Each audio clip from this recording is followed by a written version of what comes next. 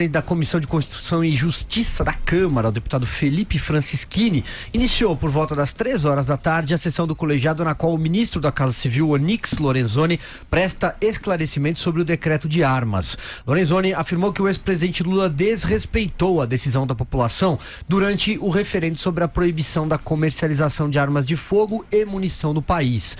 O ministro afirmou que Lula desrespeitou a decisão da população, como eu disse agora há pouco, durante o referendo. E agora há pouco, mais ou menos 15 minutos, o Senado iniciou a sessão que pode votar o parecer que suspende, na verdade, o decreto de armas, né? Se passar, vai para a Câmara, do contrário, seria arquivado. Enquanto isso, segue valendo. É isso mesmo, Vera Magalhães? Pouco tempo aí, ele deve ser derrubado hoje pelo Senado. O ministro está adotando um linguajar bastante agressivo na audiência da CCJ, respondendo aos deputados num tom ali elevado, e chegou inclusive a citar Goebbels para dizer que é mentira, uma mentira reiterada, que não pode ser feita por decreto a mudança do porte de armas. Então, isso me surpreendeu, porque eu estava aqui presente nesse estúdio, já citei essa entrevista várias vezes, quando o próprio ministro disse que não se poderia alterar o porte de armas por decreto. E como eu tenho uma memória meio chata, eu fui atrás e eu achei a entrevista. Vamos rodar o vídeo, pessoal? O ministro Onyx Lorenzoni falando sobre o assunto? O problema é que a questão que envolve o porte de armas, que é muito mais complexa, ela está limitada na lei. E ela, para ser alterada, precisa de uma nova lei. Então é por esta razão que o presidente, dentro do que era da sua competência, do que era possível fazer, fez muito. Então tá aí, né? Tá aí o ministro falando, a questão do porte de arma está definida por lei e para ser alterada precisa de uma nova lei. É por isso que o presidente Jair Bolsonaro não vai fazer por decreto. Só que depois alguém se convenceu de que dava para tentar dar uma esticadinha, aquela,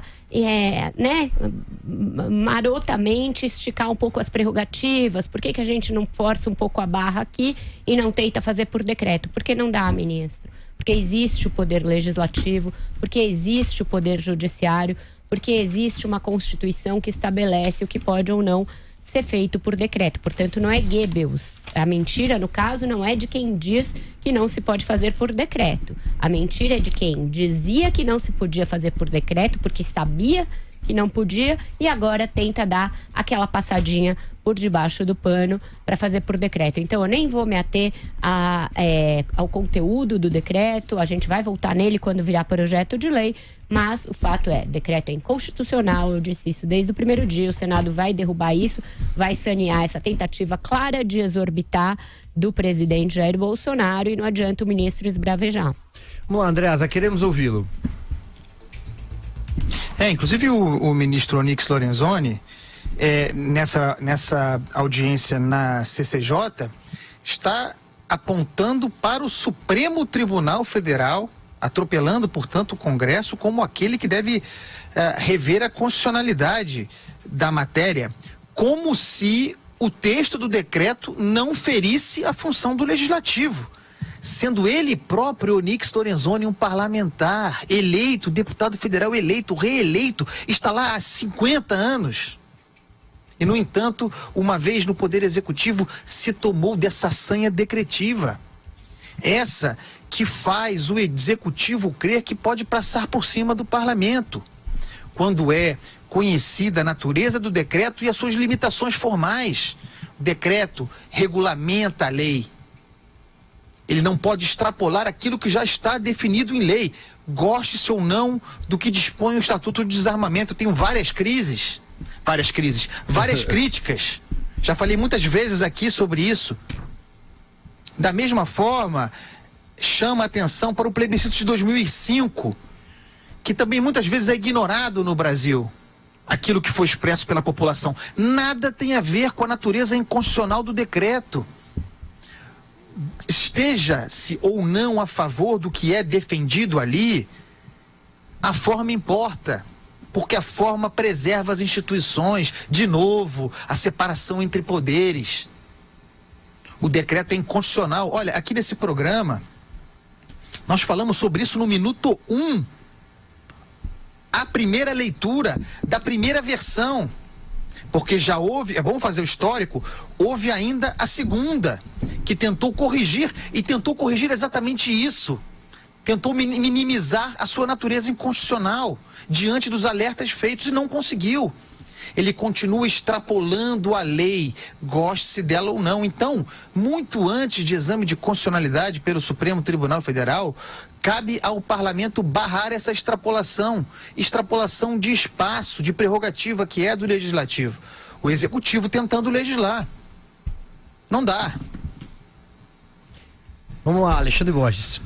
Olha, eu vou repetir o que a gente já falou outras vezes. Eu acho que aqui da turma aqui da nossa bancada, eu sou talvez o único a favor de que sim, se haja flexibilização e que o cidadão, depois de passar por todos os testes, enfim, tudo, ele possa ter direito à autodefesa, ao primeiro combate, a proteger sua casa, enfim.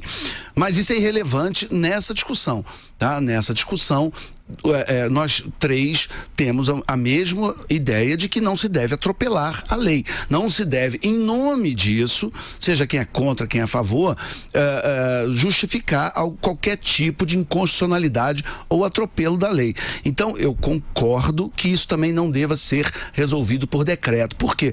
Porque, sinceramente, eu acho que o governo não deve temer o debate. Deve ir para o Congresso, deve ir para a população e amarrar. E quando esse decreto e essas ideias e essas mudanças forem implementadas, que sejam um consenso da população brasileira.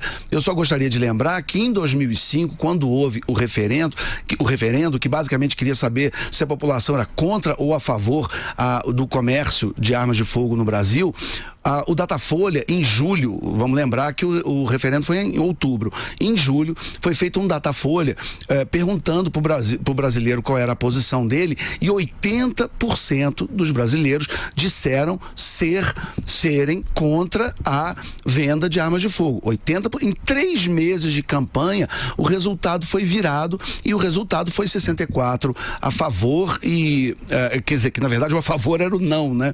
Então 64% votaram não queremos proibir o comércio de armas no Brasil, e 34% disseram ser a favor. Então, eu acho que quando há uma discussão aberta com a população, onde os pontos e dúvidas são esclarecidos, eu não vejo por que temer que a população acabe concordando em manter e ampliar os resultados de 2005. Então, mesmo para quem se coloca do lado dos favoráveis a essa legislação, nós de forma alguma deveríamos temer o debate com a sociedade e com o Congresso, que seja feito por projeto de lei, que seja discutido em todas as instâncias normais do Legislativo, para quando for aprovado de uma maneira pacífica e dentro do arcabouço legal da democracia, e representando um consenso da maioria da população.